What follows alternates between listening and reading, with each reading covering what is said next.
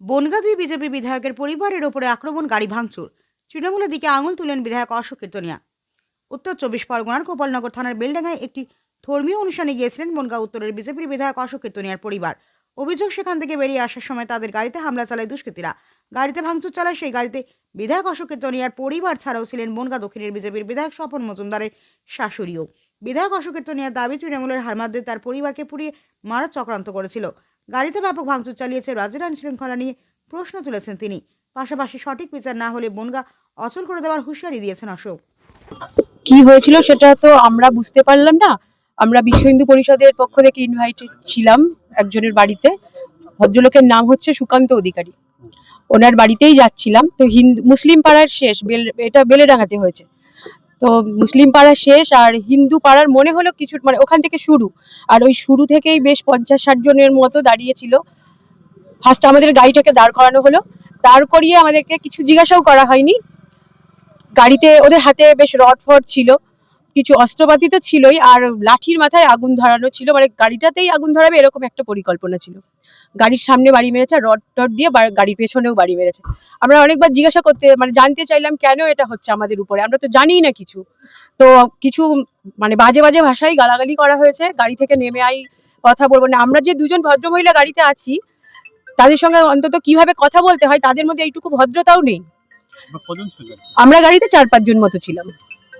মনে করছেন কেন করা হলো এবং হামলা কেন? এটা কেন করা হলো আমার ব্যক্তিগত মত দিয়ে মনে হয় সুকান্ত অধিকারী খুব ভালো জানে ব্যাপারটা। যে আর আমরা তো সেখানে ইনভাইটেড, তার বাড়িতে যাচ্ছিলাম। তো তার আগেই যদি এইভাবে আমাদেরকে কিছু আমরা তো জানতেই চাইছিলাম কেন করা হচ্ছে, সেটা তো আমরা বুঝতে পারলাম না কেন করা হচ্ছে। আর কিছু অশ্লীল ভাষায় গালাগালি করা হয়েছে। গাড়িটা আটকে দিয়েছিল যে এখানে এমএলএ না আসলে গাড়িটা ছাড়া হবে না, এরকম একটা ব্যাপার। না, এটা কোনো এমএলএ গাড়ি না, এটা আমাদের পার্সোনাল গাড়ি। গাড়িতে আমি ছিলাম, গাড়ির ড্রাইভার ছিল, মমিতাদি ছিল, আর 2-1 দাদারা ছিল আমাদের সঙ্গে।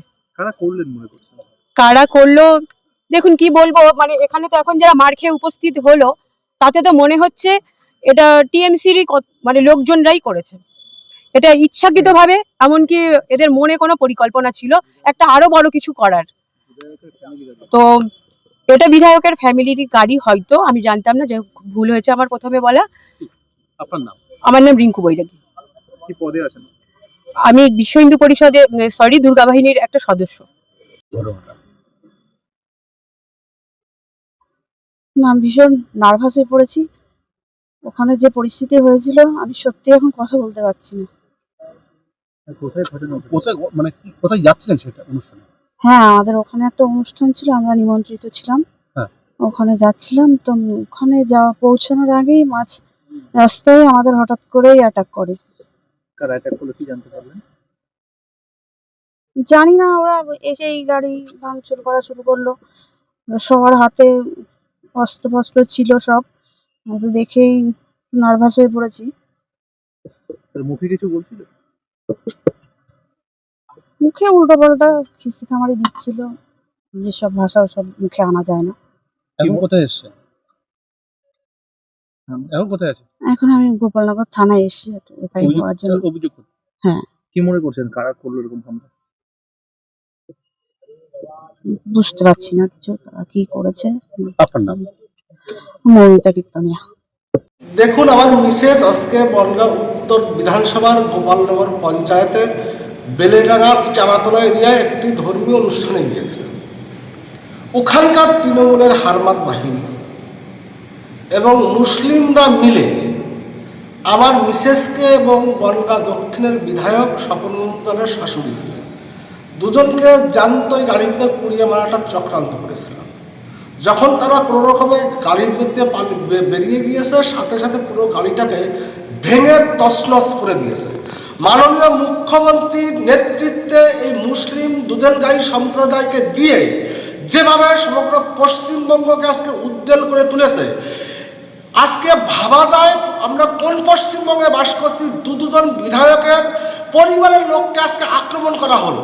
মাননীয় মুখ্যমন্ত্রীর বনগাঁ যিনি বর্তমানে এসপি আছেন, তাদের কাছে আমার প্রশ্ন থাকবে, এরা কি যথাযথ বিচার পাবে? এমএলএদের পরিবার, আমজনতা আজকে কোথায় দাঁড়িয়ে, বনগাঁর আমজনতা কোথায় দাঁড়িয়ে? আজকে যে দুজন মহিলা গাড়িতে ছিল তাদেরকে জ্যান্ত পুড়িয়ে মেরে হাতে মেশিন না নিয়ে এসে অ্যাটাক করেছে গাড়িতে।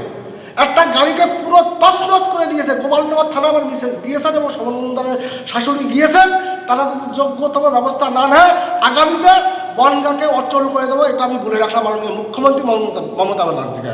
আর মমতা ব্যানার্জি যদি দেখে থাকেন আপনি একটা কৈফিয়ত আপনাকে দিতে হবে আজকে নতুবা কালকে, আপনাকে আমি বলে দিলাম, মাথায় রাখবেন এটা।